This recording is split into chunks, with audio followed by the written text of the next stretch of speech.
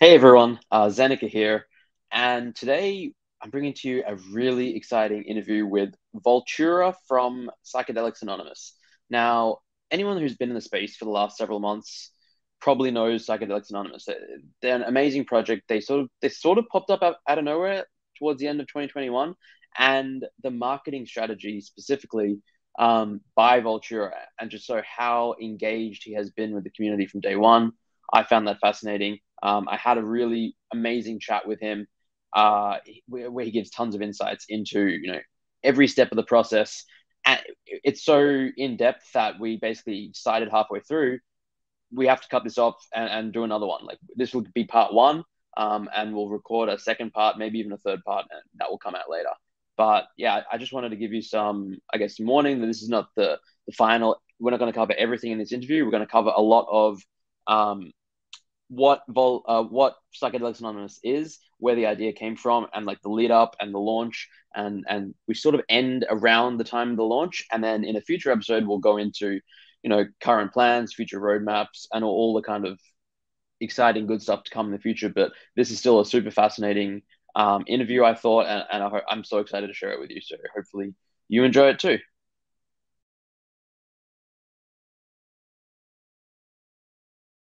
Hello, Voltura.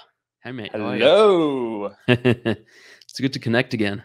I know it's been last time we had a chat was pre-Psychedelics Anonymous launch, I believe. So a lot has changed since then, that's for sure.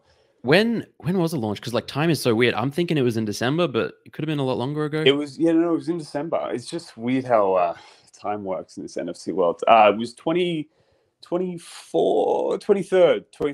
Wow. 23rd December pre-sale. It's like 6 weeks. And then 24th was the public. Yeah. I mean, honestly, it feels like a lot longer, as I'm sure it does. It feels so much longer. It feels like it's been 3, 4, 5 months, to be perfectly frank. Yeah, well, I'm sure that's probably how long you've been working on it. We'll probably get into that. But I think it would be cool if you give like a little bit of background on just yourself and how you came to be in like aware of NFTs and into this whole space and got into the position to be launching a project. Yeah. So I guess the whole story with me, NFTs and crypto really began when I first started getting involved in crypto. So back in sort of 2013, 2014 is when I dived into crypto. By no means did I buy a huge amount of crypto at that point in time. I would have loved to, but I definitely did not. I remember actually I was sitting at one of my buddies' houses and he was playing Xbox, I'm pretty sure, and I was sitting there on my phone just doing nothing.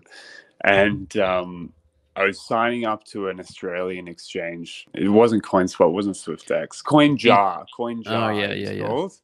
And it's not really that useful now, but it was back then.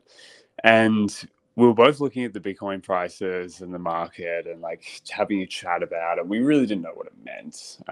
But at that stage, we were just having a bit of a play. And that's when I guess my eyes sort of opened to the NFT and blockchain world, which was really interesting. And then to be perfectly honest, I saw it rise, I saw it fall, and then I forgot about it for a number of years until about 2017 when I jumped back in, as did a lot of people. And I was definitely one of those individuals that got stuck holding the bag in 2017, which was a great learning experience, if anything. And I feel like from that point forward, my eyes in the crypto world and sort of the blockchain world were sort of very much wide open because I saw how well it went up and sort of how far it crashed down. But through my work, like I've had a creative agency for 6 to 7 years now. I built that up pretty slow to begin with, but got some sort of pretty good speed towards the end, especially, to the day that we are now. And my personal preference around NFTs, technology, and creative avenues and nature is really that, I'm all for it. And I've always been interested in what's new and what's different. I've always been a bit of that kid who's loved tech. And for me, on a long story short basis, I think it was May when I started really looking into NFTs in May 2021. And that's when, obviously we saw the crypto markets rising again and everything was going well and everyone's making money hand over fist from crypto. And I think I saw some Bored Apes somewhere. It wasn't on Twitter. Because I never used Twitter prior to NFT world. Like I was one of those, and so many people have said the same thing to me. I was kind of the same, yeah. Yeah, like just Twitter really just wasn't on my radar. Like I'm not a big social media person anyway, but Twitter wasn't there. And so it's actually, sorry, let me interject. It's insane for you to say that given just how successful your Twitter campaign was for the project, but I'm sure we'll get into that later. Yeah, like look, it worked out how it was, engineered to work out, but I never thought it'd get to the point where it is now. As I'm sure for you at the same time, like, when you started doing your stuff, you probably never realized you get to the point where you are as well. So I feel like Twitter definitely wasn't on my radar then, but somehow I can't really remember the moment or exactly how it happened. I feel like it was on Instagram, but I'm not sure. I started seeing these apes, right? And I was like, what are these things? Like, they're funny. I liked the artwork. They were, humorous. They evoked some emotion in me. And I was like, okay, all right, I'm understanding. And then I looked into NFTs and I started reading about what they were and sort of how they worked. Honestly, I'm not going to say I fully understood it or appreciated it in sort of May 2021. I didn't. But what I did understand was that the artwork was funny. And I liked it. I really, really liked it. So my initial response there was, I want to have a go. Like I want to buy one. I want to see what happens. And I remember sending a few options. I think it was 3 options to a group chat with some of my mates from school, and they're all crypto native. Like they're all the same as me, pretty interested in crypto, and they all replied to me, and this was on Telegram. They all replied to me and they're like, what are you doing? Like, what are you thinking? Like, what is this? These look like shit. Like, what are you doing? And I remember trying to explain it to them, but at the end of the day, I just didn't bother. Yeah. And that's when I bought my ape, and that was for 2 Ethereum, I believe. I was sort of on the fence for a while. Whenever you take a plunge into anything that's completely new to you, there's a sense of, hesitancy depending on what it is. And for me, setting up a MetaMask, transferring, crypto from an exchange, from my ledger over to a MetaMask, and then spending, I think at the time it was about 6,000 AUD, which, was something that I was happy to sort of gamble away. Like I was happy, like I was okay if it absolutely went nowhere. But at the same time, that's still a lot of money. So I was a little bit nervous about what was going on and how it was all working. And I did it. And I remember speaking to Gordon, one of the Bored Ape Yacht Club founders, when I was setting up my Discord, and I was like, I don't know what I'm doing. What's this verification? You just DM'd Gordon. What's collab land? Like, and he was messaging me back, being so nice. Yeah. Like trying to help me personally. It was like, oh, you didn't hit the verification bot, but I just manually verified you. Like, oh, that was a wholesome moment looking back on that. Yeah. But yeah, that's how I got in, and that's the rabbit hole. And I feel like everyone starts, and then they get into that rabbit hole. They start it, they buy their first NFT, they see the market move, and then the rest is really just history for me. Yeah, it really is a rabbit hole. So many people describe it that exact way. You just get in, and then you just find yourself deeper and deeper, and like finding different pathways and just having fun, and it's very exciting. Yeah, and like the other thing from the rabbit hole perspective is really a lot of the terminology. Like, like I'm pretty versed in technological terminology in the development of the web and things like that. But you jump into NFT Twitter, and everyone listening can appreciate what I mean by saying there's a million different phrases that are thrown out there that when you're new, you just got no idea what it means. Like I didn't know what NGMI and we're all going to make it. Like I didn't know what these things meant for ages. Or alpha. I had no idea. I didn't know what alpha was. Yeah. No, me neither. Like even LFG, like I didn't know. Like I had no idea. I wasn't exposed to that before. So I feel like it's a specific Twitter language, and Mm-hmm. when you're new to it, you just got to learn so much so quickly. So I feel like as much as NFTs are a rabbit hole in general, I feel like just crypto Twitter and NFT Twitter itself is something you could study for 100, 200 hours alone. Yeah, honestly, it really is insane. It's like a whole other language almost. It's a culture. It really is a culture. It is. Yeah. It is. Or culture or a cult or both. Who knows? The bit I of feel column like A, it's bit a of bit of column the B. same, to be honest. Yeah.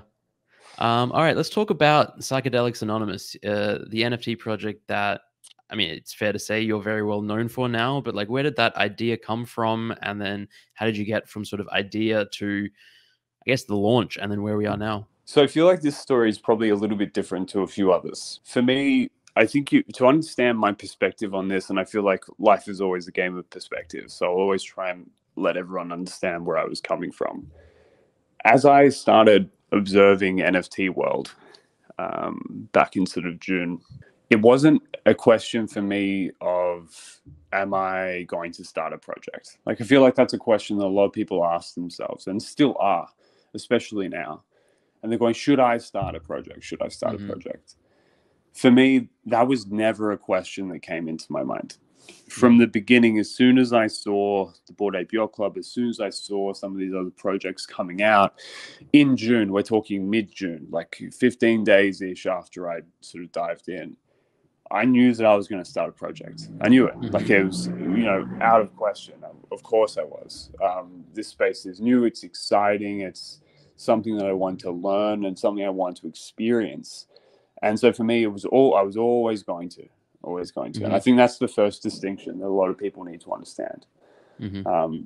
The way it really came about was, I've told this story before, so people who are listening, just bear with me, who already know this. I haven't heard it, so I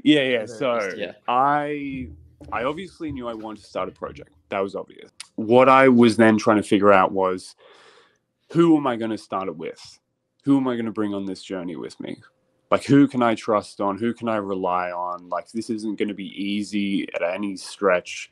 It's going to require a lot of learning, a lot of time, a lot of late nights. So I was thinking, really, who can I do this with? Because doing something completely by yourself is incredibly difficult at the best of times, especially when, and there were times for me, and I'm sure times for you, where you felt like you didn't want to do it anymore. You felt like a little bit like giving up, or you're tired and you were just a bit over it. And that's when you need someone else to help you, like whether it's to pick you back up or whether it's to push you forward. Either way, you need people there with you. So I was then going through my mind, who can I do this with? Adam, who's my creative director, who I've been working with every single day, like Monday, Friday, Saturday, Sunday, generally. He called me, I think this must have been in July, probably July, I think July. And he said to me, because he knew I was interested in crypto, we've been working together for 6 to 7 years. And he said to me, oh, hey, crypto this, crypto that, do you have any cold wallets, any hardware wallets? Do you have anything you'd recommend? I said to him, yeah, I've got 2 Ledger X's. I use them for my stuff, and I use them for my NFTs as well. And he said, oh, okay, cool, that's fine. Interesting, great. And sort of skipped on, took the information and went off. But he mentioned to me, because I said to him, why are you asking? And he said to me, oh, I'm starting to learn a little bit more about NFTs. And he's a pretty creative person. He makes artwork all the time. And he said, I've been thinking about creating some NFTs, and I need a cold wallet to store royalties or sales or whatever it may be. And I said, yeah, cool. That makes sense to me. And then that was the end of that conversation. I said to him at the end, I'm actually, I've been researching and learning about NFTs for quite a while. And he just sort of blew me off. He was like, oh yeah, cool. All right, I'll chat to you later. And I was like, oh, that's fine. So fast forward probably, I think it was maybe 2 to 3 weeks, maybe a month later, a good portion of time later, he calls me again and he goes, oh, I've been researching more and more into into NFTs and so on and so forth. He's like, do you know, he asked me a few specific questions. I can't remember exactly what they were because I mentioned to him, obviously, that I was learning about it. So then we sort of soundboarded back and forth, and I tried to help answer some questions for him. And I said to him at the end, I was like, Adam, like, listen to me. I've been in this, like, I'm really deep into this space. I've been spending a lot of time researching this stuff. Like, you know, like I was trying to emphasize that I actually knew what I was talking about. And he sort of was like, oh, yeah, cool, no problem. It blew me off again. And I'm thinking, oh, God, like. So I said to him, I was like, Adam, listen, here's my wallet address, okay, on OpenSea. I'm like, go look at it. Go have a look at what's in it. Because I know Adam, and I know how that's the way we communicate. Like, it's proof is in the pudding, right? Like, talk is just talk. And I sent it to him straight after our phone call. And he texted me back within like 30 seconds to a minute. He's like, oh, you've got a Bored Ape. And I was like, yes, I do. I was like, I've told you. I'm like, I'm into this space. Like, I've been here, I've been learning, I've been listening. Like, and that's when the conversations began. Mm-hmm. So from that moment forward, he realized that, you know, like I actually was, you know, interested in this space and learning about it. And then his ears pricked up and were like, all right, cool. You know, like what he was just like, what are we doing? Like, there was no question of, you know, should we this, should we that? It was just, he was just like, so what are we doing? Because we've done a lot of things over the past together, you know, we've run a really successful marketing business, which has supported us both in so many different ways. And we've worked on a few different ventures throughout our time. It's always how we've been. And so he was fired up. He was ready to go. He's like, yes, let's do it. Like, what are we doing? He's saying to me, what are we doing? I was like, well, you know, that's what we need to think about. We need to think about what value we want to provide. We need to think about how we can run this from a long-term perspective. We need to think about a mission that backs us. You know, you always need something that has value for the people that purchase it. But you need something to back you. You need a reason. You need your why, right? And so both Adam and myself have experienced a raft of, you know, mental health challenges and issues over the years. I, you know, have gone through my fair share of mental health battles. You know, my last was sort of 4 or 5 years ago. I, you know, really had a tough time. And that was something that I had to go through. And it's something that I've been dealing with as I was a child. And Adam has, you know, similar experiences. And that's something that both of us had actually talked about together as we got to know each other over that sort of 6 to 7 year period. So I said to him, I was like, look, my dream always is to make a difference in some way and to benefit some people in some way, you know, and if that's from a mental health perspective, then that would be my absolute dream, because I've been there, and, you know, when times are really tough and things are dark and there doesn't seem like there's a lot of ways out. And sometimes what I needed then was just some people that understood and didn't judge and were there for me regardless. And a lot of the time that's what was lacking. So I said to him, I was like, look, you know, that for me would be the mission. That's for me, whatever we do, that's the mission behind it. Let's make a difference as much as we can and try and strive for something where we can be proud of, and we can look back and go, yeah, we did that. We tried.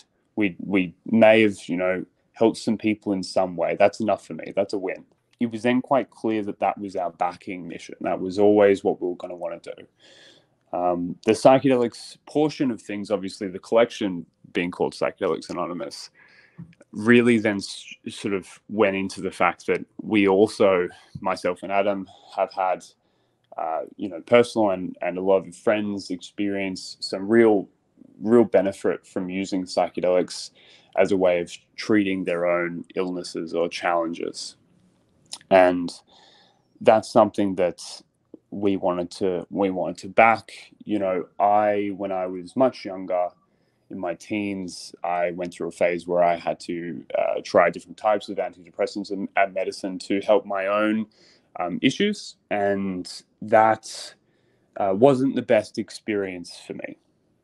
Now, there's a lot of people out there that have an incredible amount of value from trying these medicines and these antidepressants and whatever else they might be trying. And there's a lot of people I know personally that use these things on a daily basis, and it keeps them together, it keeps them operating, it keeps them happy, keeps them functional. And I think modern medicine is beautiful that it can do that for some people. However, for others like myself, I didn't have that experience. I had quite a negative experience. And I tried a few. I'm pretty sure I tried Prozac, Lexapro, and there was another one which I've forgotten the name of. And all three of them I had pretty bad side effects with. And it sort of really sort of stopped me from being able to be myself and push forward. So for me, it's really important, as a lot of businesses and people and organizations do, to research new and better ways to treat and help people. And I feel like, considering the vast majority of anyone listening to this, or anyone on crypto Twitter, or anyone on NFT Twitter, knows someone that has gone through something hard, or gone through a period of depression or anxiety, or experienced PTSD. We've all known someone who's gone through that. If not, it was ourselves. And so if we can research or push or try and help organizations research and go forward and develop new ways to treat these challenges, these illnesses, whatever you want to call it, then that for me is something that just sort of warms me, and that's something that I'd be really proud of. So I think the first sort of step for our collection was to figure out what we align on from a mission standpoint, because every collection needs a mission. And so once we had sort of aligned on that, and we wanted to go through the psychedelic sort of route, and we also loved the psychedelic style artwork. Like, we love sort of bright colors and sort of dystopian, sort of moody things. Like, we love everything to do with what that sort of culture represents, and doesn't always have to be super light and colorful. For us in the Genesis collection, it's quite dark and moody and dystopian. And so that's when we sort of figured out that angle, and that's when the name came about, which was me sitting on my couch, which is about 2 meters away from me. I was just sitting there, and it just came to my head. It was just like, Psychedelics Anonymous. I remember texted Adam, and I was like, Adam, this is the name. This is it. Like, there's no discussion.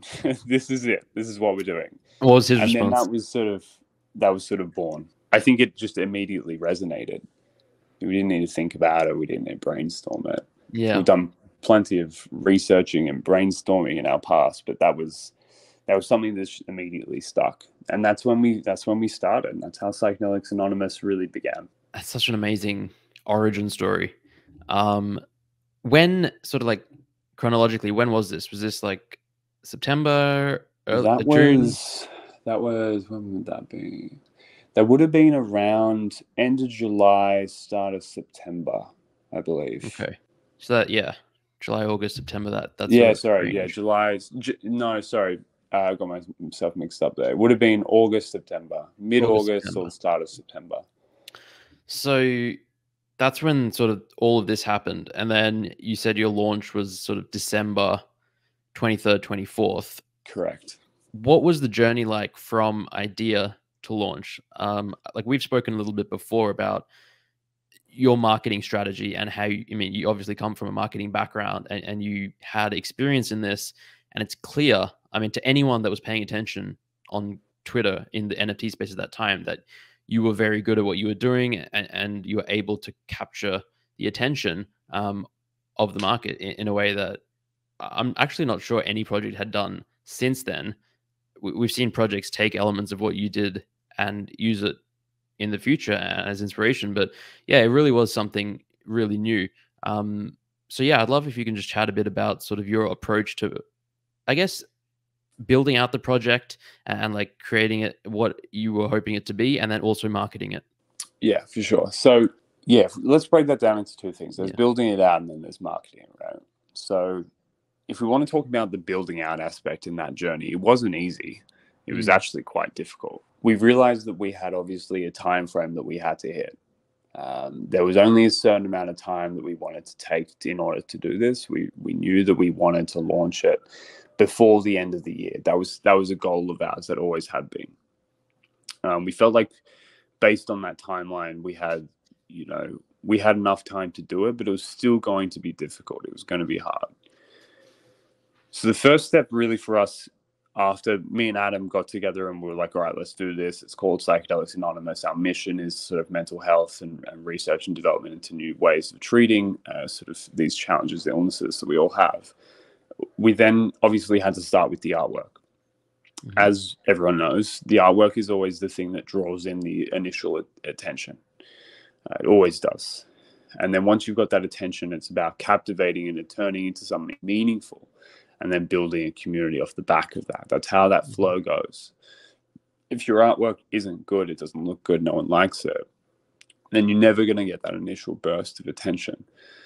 So the artwork was obviously something really important. It was something we wanted to stand by, and also that fit our sort of story, really, and our sort of lore.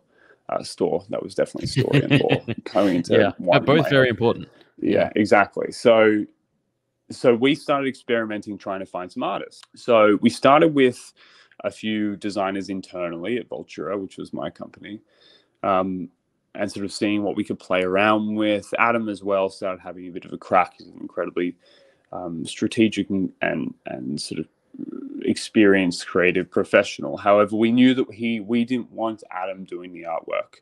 That wasn't where he was going to sit throughout this whole process. And that's really important when it comes to building out a project. You have to designate roles. You have to be really clear into who does what. If there's crossover, it means there's more conversations around the crossover. And it means you have inefficiencies, and it sort of can get very complicated. So we started experimenting with some internal teams, getting some draft concepts up. Nothing really that we wanted to pursue. Everything was good, but it just wasn't the level of which we wanted to present. We really wanted to do something that was a new level of artwork, especially in the time frame that we had. We started experimenting with another agency. Obviously, if you own a creative agency, you know all the other creative agencies as well, and sometimes you push and pull work to one another, so it's all in good fun. So we started getting one of our other sort of friends who owned a creative agency to work on some stuff. Did some mood boards, did some initial sketching, but again, nothing really was hitting the mark for us, which is when Adam sort of was thinking around and thinking about who we could call on, who we could introduce here. And that's when Josh's name came up. Now, Josh and Adam had been working together and known each other for about 25 years-ish. Known each other for a long time. Yeah, wow. And they've also worked together on a number of different projects throughout the years before me and Adam ever met or knew each other or started working with each other. So we had an initial conversation with Josh, and we sort of outlined what we wanted to do and the mission and where we wanted to be by the end of December. And the first conversation was, it went really well. There was a click. He understood where we want to be. We had a mood board with what sort of artwork we wanted. I had a look at his previous work, and it was 100% in the direction that we wanted to be. And that's when that sort of fit and that sort of marriage of creative ideas sort of came together. We got him to start work immediately. He started straight away. As soon as he left the call, he was onto it. He was working. And then we started to see and refine some characters, refine some ideas, and sort of get that together into a mold that we wanted it to be in. Because a lot of people in the creative space will take too much from the artist. They will go, this is what we want, and then they'll be on their back every step, and they'll be like, we want to change this, we want to change that, we want to change this. It's not the way to work. Not in this space, not ever really. You need to be able to guide the creative individual in a direction, and then you need to let them run free. You need to let them do what they want to do. They have to be one with what they're doing. That's when you get really meaningful artwork. So we had a number of meetings with Josh, sort of getting him together on the way we wanted to go and refining some aspects here and there. And then we got to a point where we just said, all right, you go do your thing. Like, we wanted to end up with this many pieces. This is how they're going to be built structurally from a script perspective. This is the mood we want. This is the base character we've worked on. apart from that, just go for it, just run with it. So then we just left him. We didn't speak. We spoke maybe once a week, if that. We didn't ask for things. We just let him go with it. And then I think a fortnight later, we sort of checked in and started to see some of the output, and we loved it. It was exactly what we wanted. And I think that's the beauty of really working with a creative professional who knows what they're doing, because you can just let them go with it. You don't have to micromanage them. You don't have to, be on their back about what they're doing. You have to trust them, and they have to be one with what they're creating. So once we had the artwork stuff done, well, not done per se, but it was handled, right? Like someone was working on it, it was progressing, it was fine. We then had to look sort of outside of our circle and sort of find some people that could really guide us in the right direction from a sort of long-term strategic perspective. Those people, or two individuals really, turned out to be Nick and James. And I knew Nick through a personal connection, and knew exactly what he did, knew what his journey was from a career perspective. And first and foremost, that journey for him has been incredibly impressive. But he brings a knowledge or set of knowledge to the table that realistically myself and Adam do not have. And that's, again, going back to what we touched on before. You need to bring people in that know something that you don't. You can't have crossovers. You need people that are aligned in a specific direction. That's their job. So we knew we need someone who's incredibly experienced around funds management, money markets, crypto markets, and building businesses with capital, as well as facilitating relationships from a strategic standpoint. And that, essentially, based on Nick's career, that was his job. So we had an initial conversation with Nick. He's an incredibly busy person. I think we booked a call, and it was supposed to go for half an hour. The call was booked for half an hour. It went for 3.5 hours. Wow. We started chatting about everything NFTs. Like, he was just soaking up as much knowledge as he could. He understood that he has a good understanding of markets and fundamentals. However, he wanted to know more about NFTs. And the conversation just went on and on and on. And at the very end, he said to me, what do you think the opportunities are here? And I said straight up, I was like, I think building a collection is probably the number one best thing you can do in this space at the moment, if you can actually execute on it. And then there was a few other subsequent ideas that came out of it. And he just said at the end, he was like, cool. He was like, I'm in. Like, let me know what you need. We can do it. We can sort it out. Whatever it is, we can do it together.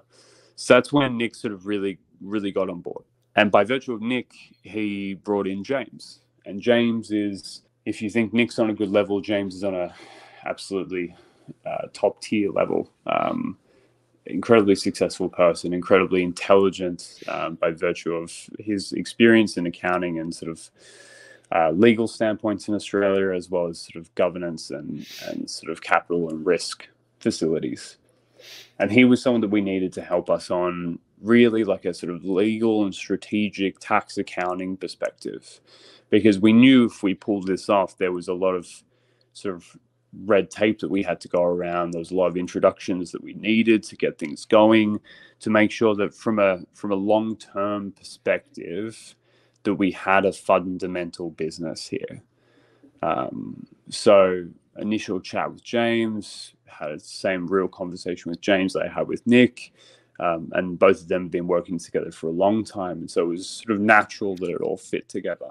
Obviously, being a CEO of a NASDAQ listed company that's crypto related, Bitcoin mining, that's also one of the greenest Bitcoin miners out there that's listed, was a great natural fit for us.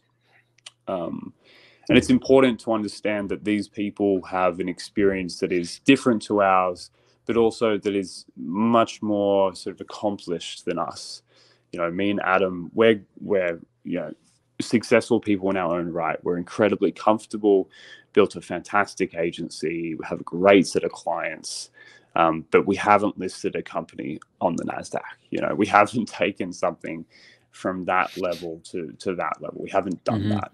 And sometimes you need to be around people that have. Now, not saying that listing on the NASDAQ is a direction that we'll ever go in. However, it's a You heard it here reflection first, of someone's folks. ability. NASDAQ listing incoming. Yeah. It's really a reflection of someone's ability to do something that's difficult. And that's what we needed. And we recognized that. So once we had, obviously, Adam, Josh was working on the artwork, Nick and James working on strategic relationships for us, as well as setting up, basic things that will just make our life easier, like private banking introductions, over-the-counter exchange introductions with some really large exchanges to facilitate our trading and our custody, all these different systems and protocols and doors that were opened for us straight away made our life really easy. And then obviously for us, we need to look at from a development standpoint, we need to go, okay, well, who's going to develop this for us? Who's going to help us with our website? Who's going to help us with most importantly, our smart contract and our Web3 integrations, our script for our artwork, our hosting, all of these Web3 things that were actually quite different to what we were used to working with. We have a dev side of our agency. We've done heaps of Web 2 things. We've built so many websites.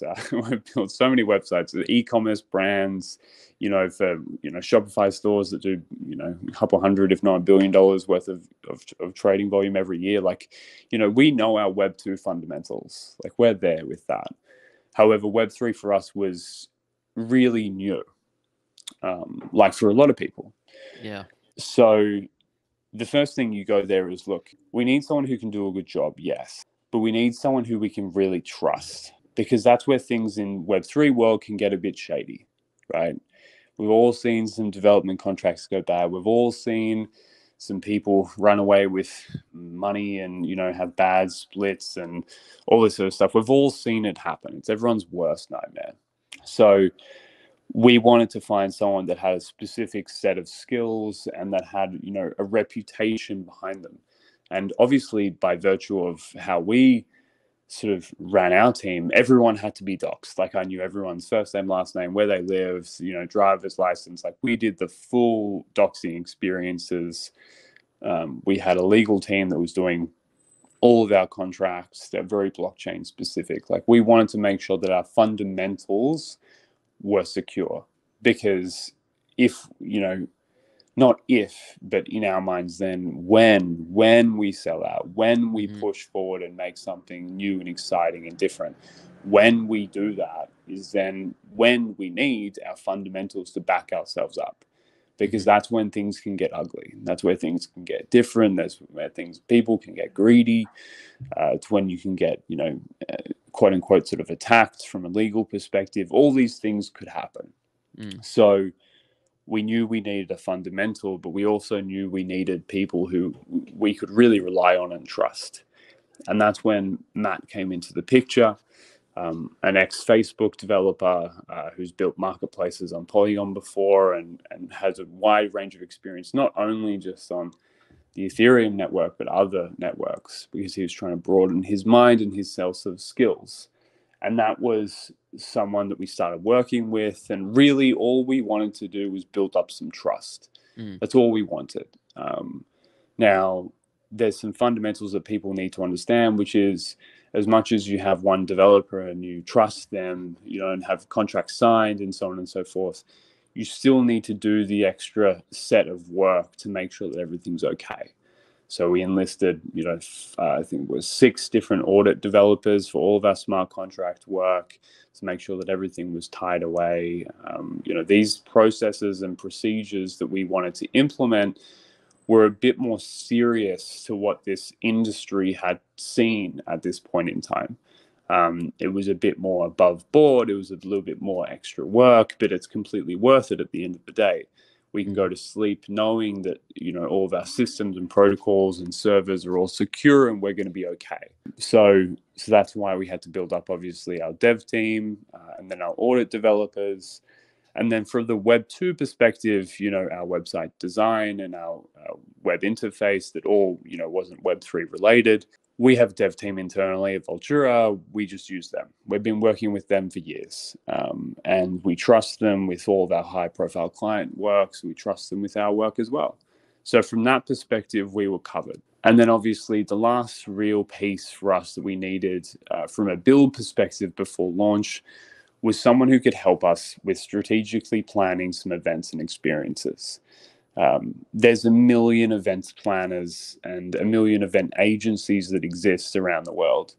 The problem is that for me, I don't 100% know what I'm looking at. Unless you know what you're looking at, you're just ignorant to the facts.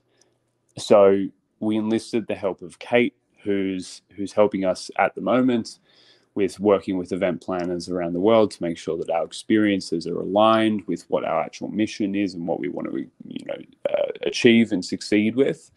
And that was someone, again, that we just trusted. Like, I trust Kate.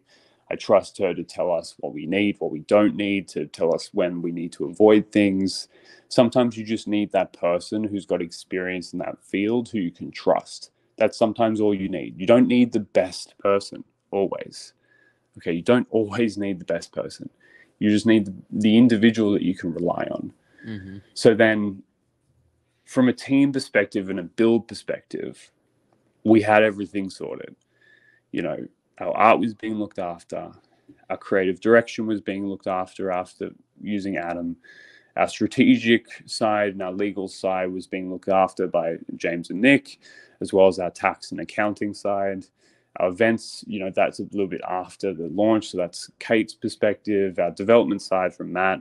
Our Web2 dev team from Voltura looking after all the Web2 front end stuff. We really had most of our bases covered. And that's when I was comfortable with the people that we had on board and comfortable with the plan that we had and the fundamentals we're built around, which then, leads us into the fun part, right? Like for everyone, that part is purely practice, boring, bit mind numbing, procedural, it is what it is, but it's so important. What everyone wants to jump into is marketing the thing. That's where everyone gets joy. That's where you start seeing fruit of your labor. You put out artwork, you get people interested and get people talking. And that was my job. Apart from putting all the pieces together and get everything, all the fundamentals done and all the bits signed and everyone working on whatever they need to be working on, my job was to get people interested in what we were doing, right? Which arguably sometimes is one of the hardest things. You can have a great product. You can have an incredible product. But if no one knows about it, no one cares. No one's going to use it. Like, the product doesn't bring the consumers. If anyone says that, from my perspective, that's not true. I'm sure there's plenty of people out there that have an incredible project, incredible product, but no one knows about it. So no one cares, right? Yeah. This is something I tell like all the projects I advise. It's the number one question I get is how to market it. And I'm like, it's a little bit difficult to create an NFT project, but it's not that difficult. The difficult part is getting other people interested in it. Yeah, I completely agree. I think you're playing it down. Like, I think it's incredibly easy to put together a project. Yeah, it's a really so basic easy. one. Yeah. It's so easy. Like a basic one, Web2 website, some good artwork, a Web3 integration. Like, you can write up a roadmap, sure. You can plan to not honor it. Like, this is the hard part about this space, is that you've got to figure out who's real and who's not. Mm-hmm. But fundamentally, you have to have people interested in what you're doing. And if you don't, you're not going to go anywhere. So that was my job. And the way that sort of started, the way that my thinking was heading there was realistically marketing over the last, 10-ish years that I've been doing marketing. It all comes down to what I really refer to as packaging and psychology. And when I say packaging, it doesn't necessarily mean physical packaging of cereal. It means packaging of an idea, packaging of a concept, packaging of a team. It's all optics, right? Like, it's all how something looks. That for me is packaging in essence. And if you've got the packaging aspect down, then all you have to do is sprinkle a little bit of basic human psychology into it, and you'll have yourself a winning formula. Okay.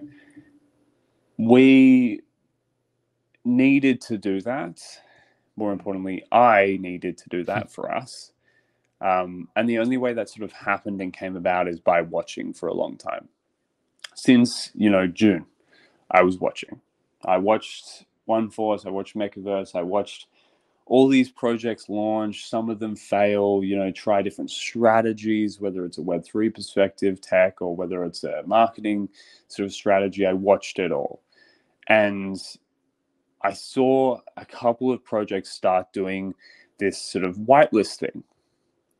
And it was being used then for something quite simple, which was allowing basically their friends, I'm doing quotation marks here, their friends or influencers or family, these important people, to be able to buy a project at their leisure, essentially.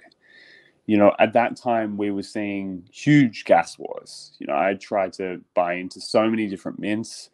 I got gassed out. I lost on gas. It was like the gas war era for NFTs. And they started implementing these lists of specific people that can buy before everyone else. And it was sort of like an exclusive mechanism used to lure in influencers and important people. And that's how it all started. And funnily enough, it worked really quite well. All these important people got their mints first. They start talking about it. They felt really special, that human psychology aspect. And then these projects started doing more and larger sort of whitelists or allow lists, whatever you want to call it. For us back then, it was called a whitelist because that was the term that everyone resonated with. So why change it? And I think it was One Force that really was the first project that pushed the whole, if you're really active, we're going to reward you with, the ability to purchase before everyone else. And I thought that was an interesting concept because realistically, they weren't selling a product. If you and I develop a product, we want to sell that product to someone. We want to make sure that people know about it. We want to get people interested in it. Come buy our XYZ, come buy our apple juice, whatever it is that we're selling, right? And I was using this sort of really interesting bit of reverse psychology to say, hey, no, you've got to work for the ability to buy our thing. And that's a really interesting psychological concept. It's, playing on the fear of missing out, saying you have to do this in order to buy our thing, for the ability to, for the luxury of, that was really interesting to me. So when I started looking into how we were going to market our project, we started getting sample art. The fundamentals were, going really well. Our dev was going fantastically. Everything was coming together. And then I believe it was in the start of November, I had about 5,000 followers, 5,500 followers. And, I had really built those from the ground up by myself. Like I messaged hundreds, if not thousands of people, sliding into DMs, being nice to people. I think there was 2 tweets that I had real success on, more success than I've ever had on a tweet. From a social media perspective, the most success I've ever had on a post ever. Like, I'm not a big Instagram poster. I'm not a big Facebook person. Like, I've never have been, never will. And I had these 2 tweets that went really well. And I had like 4,500, 5,000 followers. And I had like, a couple hundred retweets. And I had 1,000 likes. And I was sitting there going, holy shit, like, this is a lot of engagement for me. This is new to me. This is different. And this was, as the project was being built, we were getting closer and closer. It was November, right? We had essentially, a month and a half-ish to really go. And that's when I posted, because I realized on a flywheel perspective, and just to circle back, 2 of those tweets that went really, really well, there was, a couple hundred retweets each. I messaged every single person who retweeted those tweets a custom message. I wrote it out with my own 2 thumbs. Like, I wrote out and I said, hey, Thanks for retweeting my tweet. Really appreciate it. If there's anything that I can do for you, let me know. Like, I wrote that out. That's amazing. To at least 2,000 people saying that in different ways. You know, I didn't copy and paste. I wrote that out because I know that you've got to put in serious effort from a handheld perspective, like hand-to-hand combat perspective, to get anywhere in this game. And you have to make some relationships. And that's how I did it. And then, you know, probably 30% of people replied back and said, you know, no worries. Like, you know, we're really nice. Started some conversations. It was a great start. It was a great beginning. But I did that. That's how I got my 5,000 followers. Like, I pushed in that perspective. And then I saw this success. I saw these people engaging with my tweets. And I thought in my head, I was like, this is it. This is the time. This is where it begins. And I tweeted out something along the lines of, anyone who interacts positively, gives value to anyone in the comments, people generally speaking just being nice and interacting with my tweets from now on will be considered for a whitelist spot for a project that I'm working on. And that's when it all began. That's when the chaos started. That tweet got heaps of likes really quickly, heaps of comments, heaps of retweets. It just blew up at an incredible speed. And that's when I realized, okay, it's game time. Like, this is it. This is it. This is all my years of marketing, all my years of doing this stuff for other clients and trying these strategies for other people. I was like, this is the time that I do it for myself. And I'm not going to stop. Like, no way I'm going to stop. So I posted that. And then for 3 days, I did not sleep. I didn't sleep. That's crazy. Like half an hour. I just kept going. I just kept tweeting, retweeting, quote tweeting people. People were making memes. I was giving out whitelist spots like hotcakes. I didn't even really think through exactly how I was going to give these spots out. So I was just like, the only way to keep a real accurate record here and just keep going is by screenshotting their profile. I just screenshotted the profile and put it in my Dropbox. I was like, I don't know what I'm going to do with this. I have no idea, but this person needs a whitelist spot. So like, I'm just leaving it at that.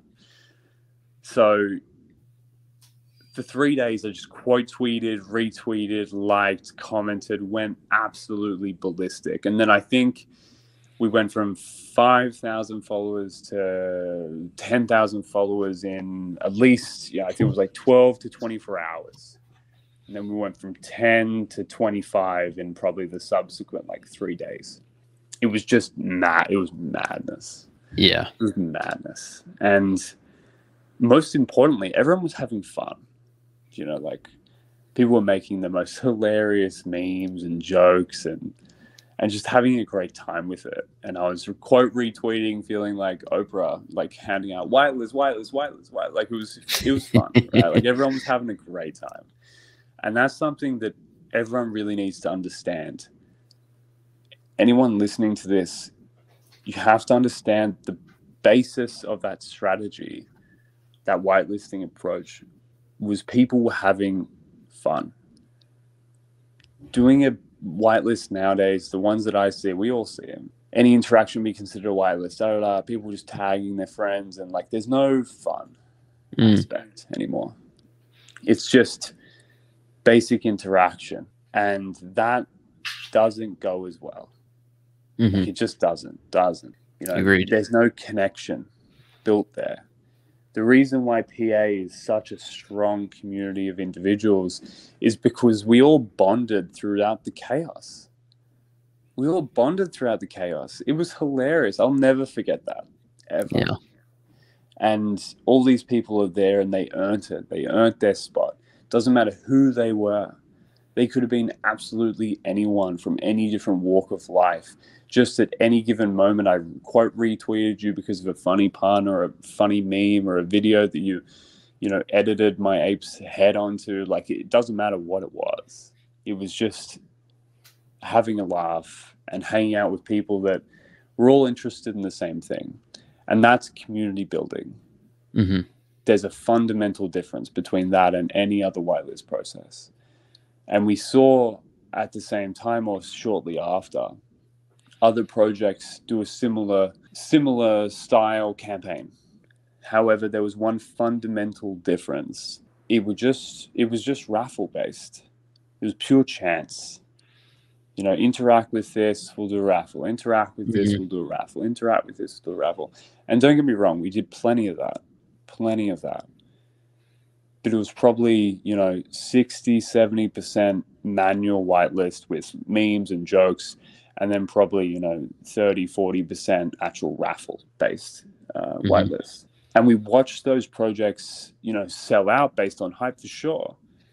But we then watched them go nowhere because there wasn't a baseline fundamental of the community that all bonded over fun and experience together that didn't want to leave.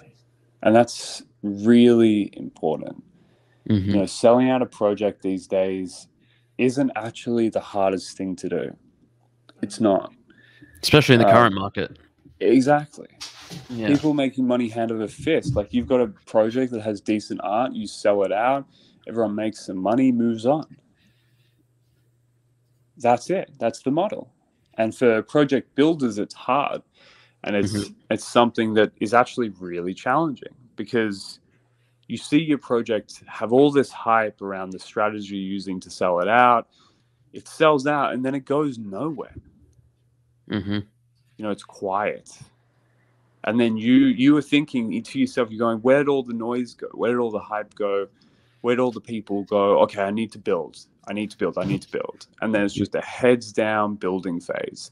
And a lot of people go a bit crazy throughout that because they're building things that they should have really built months ago throughout the process. So they feel like they're behind. And then there's, you're driving in a car and there's trees all over the road and you're having to run out and move the tree and get back in the car and drive and so on and so forth. Like, you're always 2 steps behind.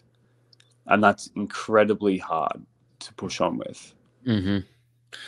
So the whitelist process was different, and there was 2 real objectives. One was to build community throughout 5 to 6 weeks process that was fun for everyone. And secondly, it was a more quantitative aspect of we want high unique ownership. We want to give everyone 1 mint per whitelist spot. We want a 60+% unique ownership of our NFTs. That's what we want. Simple supply and demand economics, right? If someone has a lot of supply, there's not a lot of unique owners, people can, dump massively, and it's something you can't really protect against in that scenario. So unique ownership is always something that I look at to evaluate projects because it's interesting how they got there, right? Yeah. So 5-6 weeks later, getting to the pointy end, launch is happening, artwork's coming along, fundamentals are done. We're working nonstop. And then it's time to start collating this whitelist, which turned into the biggest headache of my life. I can only imagine. It was the biggest headache of my life. And it was purely because it came at a time we weren't prepared for it. But that's okay. That's all right. These things happen, right? You just got to do it. It's no other question. You just got to push on. So we suddenly had, I think it was 8,500 screenshots of Twitter profiles. Wow. We had an admin team of 7 that were working full time around the clock, looking at the Twitter profile, finding the person on Twitter, following them on the whitelist account, sending them a message. There was like 50 variations of the same message to get around Twitter limits. They reply back with their wallet address 10 hours later. We copy and paste wallet address into Excel. We know exactly what time, who they are, and what their wallet address is. Like, it was a mission. It's a nightmare. Wow. It was a nightmare. It was hard. Yeah. It was hard. That really could have been our undoing. It was really, that was where this could have all gone bad. If there was heaps of mistakes, if there was, we didn't get everyone, if there was too many people, there was a lot of variables there that it could have gone incredibly wrong. But luckily, you know, as the whitelist stuff was happening, as we were doing it, I was thinking ahead and going like, all right, you know, how many mints are we going to let these people have? Okay, if we're going to do one each, then we can't have any more than really 8,000. That's our max, because there's 9,900, you know, mints. So we can't go more than that, right? So then that was the first decision. The second decision was, okay, with the admin, we can't make mistakes. Like, we all know crypto Twitter. We all know NFT Twitter. Yeah. Someone's supposed to be on the whitelist and then they're not. It's going to be big noise, big problem, right? So the team of 7, I've worked with them before for years, and they were people that I could trust. You know, we could trust. And I said to them, I was like, listen, we just need to get this right. That's the only thing I care about, is getting it right. And, you know, it wasn't a question of money. Like, I threw incredible amounts of money at them, and I was just like, listen, here's what I'm going to pay you. It's going to be an absolute nightmare for 2 months, basically. Like, just get it right. Just get it right. And, you know, that was so important. That's where it could have all gone completely wrong. Luckily, it didn't. We got it complete on time. It was like 2 hours to the limit. Like, we worked every second up till that launch for that whitelist. Everything else was done. It was just that list, that Excel spreadsheet. And, you know, I think we had one person that couldn't mint, that was supposed to be on the whitelist, and we looked into it, and it was just human error. The wrong address had been posted. Yeah. And as a result, we sent them some NFTs. Like, it was fine. You know, it was all good. But that was the hardest part. Yeah. But one aspect of that marketing strategy that was really important that people need to understand is the longevity of having an around-the-clock impact. When you're sleeping, you're losing momentum. Just straight up. That's just how it is in the NFT world. When you are sleeping, you are losing momentum. So that's why for that first 3 days, I didn't sleep at all. But then I realized that there has to be some sort of way to keep people engaged overnight. There has to be. I have to sleep, first of all. Otherwise, I'm going to go crazy. Like, otherwise, I'm going to absolutely lose it, right? Like, I was a mess anyway. I was going to breakfast at the same place I get breakfast every morning. And the owner, Beck, keeps looking at me being like, you look like shit. And I'm like, I know. So, like, you know, I had to sleep. That's the first important thing. Second important thing was to make sure that we had momentum overnight. And that's when I thought of the whitelist games. I haven't really seen anyone implement this well. I've seen a lot of whitelist, you know, interaction posts. I've seen a lot of that. I haven't seen whitelist games come to fruition. I really thought I would, but we genuinely haven't. And I'm not really sure why. It could be because just doing interact with this post whitelist, that approach just works so well, and they see, you know, thousands of retweets and they go, we're fine, doesn't matter. And that might be why. But the games for me was where we sort of leveled up our approach and made ourselves really different. The first game was something that me and my mates used to play pretty regularly. There was a friend of ours, who still is a friend of ours, called Declan, and he always wakes up at, like, you know, really weird variable hours, and for whatever reason we love to play a game around guessing what time he woke up, and we had a scoreboard with it. You know, everyone would guess. Whoever was closest got first place, second place, third place. It was really stupid. You know, we all have these things with our friends that are a bit dumb. And I was thinking, all right, I'll just do that. We'll just do that on Twitter. That'll be fun. So then whitelist game number 1 began. And I was so delusionally tired that I didn't call it Doc O'Clock, which it was supposed to be called. And I called it Des O'Clock. Because that's one of his other nicknames, right? So I completely messed it up. And when I woke up in the morning, one of the boys messaged me and was like, it's dock o'clock, not des o'clock, you idiot. And I'm like, oh, well, shit, whatever. Yeah. These things happen. And so the first whitelist game happened. And I said, I'm going to go to bed. Everyone guess exactly what time I'm going to wake up. As soon as I wake up, I will scroll through the comments and I will find the closest 25 people and I will give them a whitelist spot. Mm-hmm. That was it. It's so simple, but it's so fun. People got around it. Like, it's funny. So suddenly, I posted that. I had to go to sleep. Like, there was no other choice. I had to. I was delusional. And so I posted that and I hoped it would go well. I hoped people would like it. And I woke up and there was like 4,000 comments, like 4,000 retweets, like a couple thousand likes. And I was like, all right, this worked. And people liked it. So, I whitelisted the 25 people that got it right. And that's when the whitelist game started. And the importance of that was it built momentum while I was sleeping. Everyone was talking about it. Everyone was commenting on it. People were still engaging. And then I woke up and it was another game day. It's another day at the office. So that was really important. So then wrapping up that whole marketing strategy, the fundamentals behind it were momentum.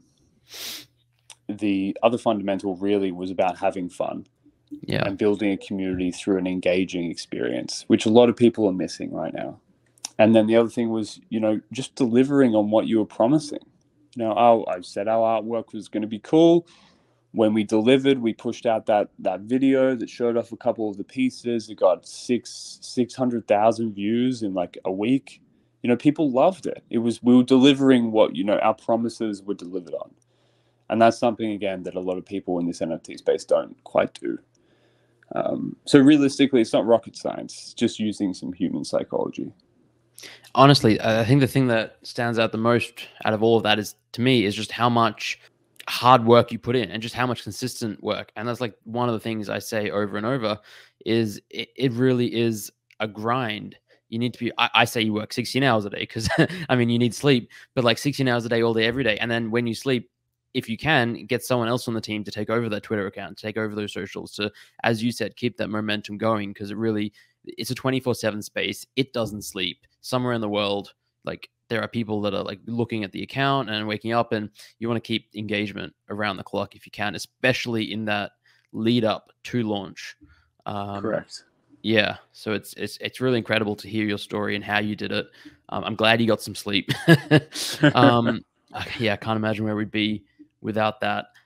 I mean, I just had a notification pop up, so I forgot I have a meeting in 15 minutes. So we're gonna maybe, I want to get into so much more in terms of the project, the future and stuff. Maybe we can do like a part 2 at another time. Yeah, let's do a part 2. I think this was a great sort of, part 1, like, where the idea came from and lead up to launch, but we haven't really dug into the project, like the specifics of like, I know the mint, there were like 4 different things that were possible to mint, and then like where you are now in the future, there's so much more to talk about. Maybe let's quickly cover the mint, because I think that's really interesting, and then we'll wrap it up and we'll do a part 2 later. So there were 4 components to mint, right? How did you come to that idea? So the baseline fundamentals of how that mint proceeded was, there was 2 aspects to it. The first was we wanted to build a larger community off the bat from the onset. Right? We wanted to make sure that there were plenty of NFTs that people could buy. Obviously, the first NFT, and to explain to anyone who doesn't know, there's 4 different NFTs. The first one is the Genesis NFT. That's the one everyone's seen. That's the beautiful artwork, and that's the main hero piece of the collection. That will be the highest level of membership. It will include everything that you'd ever really want to include, and that's enough for someone to be part of the Psychedelics Anonymous family, so to speak. That's all you need. The second part of it was there was 2 passes that had the same artwork, so it wasn't it's not a collectible item, it's a utility-based item. And there's 2 of them. There's one called the In Real Life Pass, and there's one called the Metaverse Pass. Both passes allow you to claim a free set of either physical merchandise or metaverse wearables with the pass. So that's coming up in our near future as we work on those bits and pieces. And everyone who holds one or multiple will be allowed to claim that for free. It's completely for free. The concept around the mint price was that it essentially covered the cost of the free items you're going to end up getting. That was the idea. So that once you receive the items that you've got, essentially it's, rolling on, the price and the utility just rolls on. And then the fourth component was called component number one. Now, component number one was said to be one of the parts that you'll need to participate in and enjoy the mini game experience of the Psychedelics Anonymous sort of universe. It was the lowest mint cost item at 0.045. And together, they all had their own individual piece of utility. Now, as a result, we had way more people part of the Psychedelics Anonymous universe from the onset. We had people that were buying specific things because of their needs. As an example, Ape Fest that's coming up in June this year, there's a huge amount of people by nature of how we did our whitelist that would never be able to make it to a major city event like that. So having, if they just wanted to, for instance, participate in virtual events, or if they only wanted to participate in physical events and not virtual events, then they could do that by buying a pass that they wanted. Now, the last component, obviously, that's very minigame specific, and that was actually the item that took the longest to mint out, but it was also one of the items that has the highest return. At some point, it was worth 0.8 ETH. It minted for 0.045. Like, that's pretty out of control. Yeah. For a purely specific utility item, I think it's now sitting around 0.4, which is still incredible. Pretty impressive. Yeah, 10x basically, 9x. Yeah, correct. So the reason we had the 4 was to adopt scale quicker. So we had more people in the community than usual. We also have scale for when we start to build out and get more attention and we start to release our virtual and physical events. People can go, I can't afford a Genesis, but I want to go to the events, so I'll have one of the in real life passes, or I'll have one of the metaverse passes. And then the component really was the thing that sort of gave Psychedelics Anonymous a bit of an edge after it launched. There was a lot of people and projects that launched around the same time as us or after us, and then after the mint, so they sort of fumbled out while everyone was waiting for something to do. Now, I knew after watching the space for 6 months that we had to have something to keep people engaged, and that was something that we needed to do straight away, straight off the bat, which for us involved component number one and built out the whole game theory of Psychedelics Anonymous, which, is incredibly cryptic. It's fun. It's engaging. It's something you have to get up to speed on, but it's something you can get up to speed on pretty quickly. And there's, mechanics around snapshots and things you're given. The last sort of item that you were allowed to claim for free, which was component number 2. And to get component number 2, you actually had to require a full set. You had to go and acquire what we called a full set. And a full set is a metaverse pass, in real life pass, component number 1, and the Genesis NFT. So the full set value hovers around 3 ETH at the moment. And whoever had that full set, was able to claim component number 2. Component number 2 is required for completing the game. And at the end of the game, at the moment, it's based on an equation. Equations are released and updated as time moves forward. And at the end, you'll have something called DEMP, which people are still speculating exactly what that is. Component number 2 sits around sort of 0.6, 0.7 ETH each. And there was 6,616 of those that are in circulation. So that was a nice little, thing. And the rest got burned? Or like they can't be claimed anymore? The rest will burn, if they aren't claimed, they'll burn. So that was a nice little gift for everyone who's playing the game, and I guess everyone was super happy about that, how that experience turned out. So Yeah, I mean, realistically, clearly that was anyone the that sort story of behind the mint. supported early is very happy with, I mean, just the price appreciation and that sort of is there because people enjoy the community and everything that you've built, which is amazing, Correct. honestly. Yeah. And like, look, we're just getting started. It's 4 weeks in. Like, it's quite literally 4 weeks into the project. Yeah. We wanted to keep our base NFT, our hero NFT, we wanted to keep that mint price low. We wanted it to be 0.088. We thought that was reasonable. Yeah. We could have charged way more. And I said this throughout the experience, we could have done a 1 ETH Dutch auction and it would have You really sold could out have. Yeah. instantly. Like it would have, The right? amount of hype you had was ridiculous. Yeah. So, you know, I didn't want to do that. And there's one serious reason why I never wanted to do that was because I personally, as someone who has a conscious, I don't want to release an NFT for that level of price and then have it go below mint price and all these people be upset, because people get naturally upset. Of course they do, right? It's all speculative market. Like, I didn't want that stress.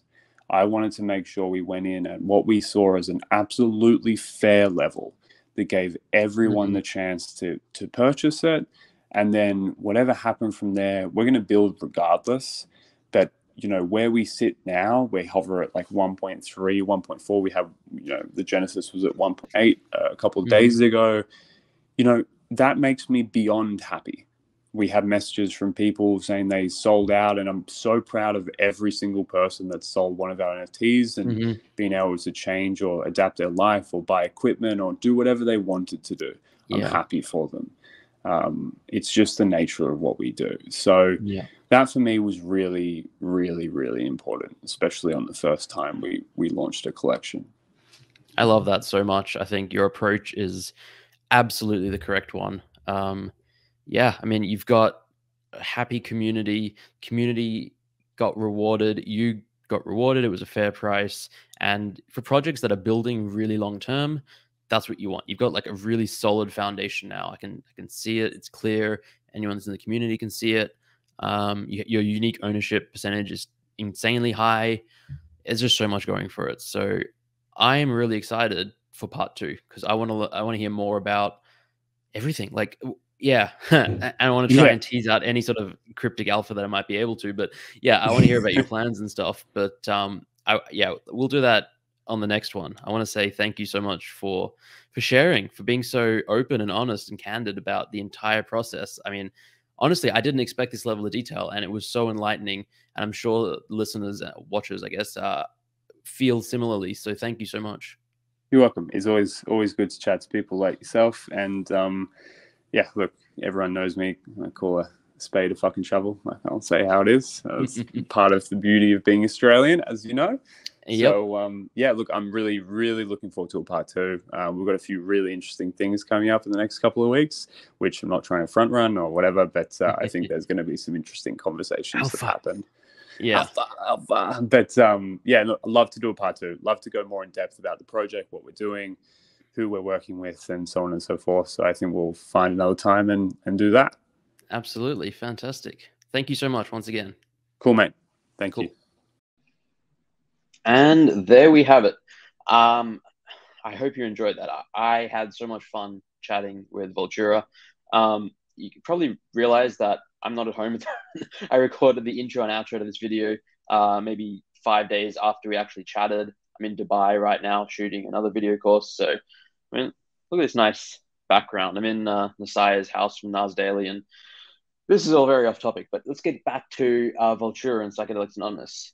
As I mentioned in the intro, this was just part 1, and you heard us chat about, you know, we were going for, I think, an hour and a half, and it was just such a great conversation. I didn't want to cut him off at any point. He was going into so much detail about his marketing strategy, his community outreach strategy, his passion for the project, the team members, how he brought them together. And honestly, it's a masterclass in creating and finding a good team and taking that idea and showing it to the community and really building something of substance, and building a business in a really smart, conscientious way. Full disclosure, I mean, I feel like I always want to do this in these videos. If I have any ownership in the NFTs being discussed. I own one full set from Psychedelics Anonymous, so that's the Genesis token, and then the 3 other components that were associated with that. I bought them all at mint. I didn't get anything for free. I've just held all the way because I believe in Voltura and the vision and the mission, and yeah, that's it. I hope. Oh yeah, if you want to like, subscribe, comment, etc., really helps. Share this video with some friends if you found it interesting, insightful. Part 2 will come in the coming weeks, hopefully sooner rather than later. Before then, I have a couple of other exciting videos to come out. We have a really cool project, Loverbot, out of India, with just an A+ team. I'm really excited to share that with you. And we also have a really exciting video with the founder of EtherCards, which is just a super interesting, fascinating project. I guess they're sort of branding Galaxis now. So it's EtherCards / Galaxis, which is it's just like this platform protocol that is fascinating. They've been around for literally years in this space, and I'm really excited to share that one with you. But hope you had a good day. Hope you enjoyed this video, and I'll see you in the next one.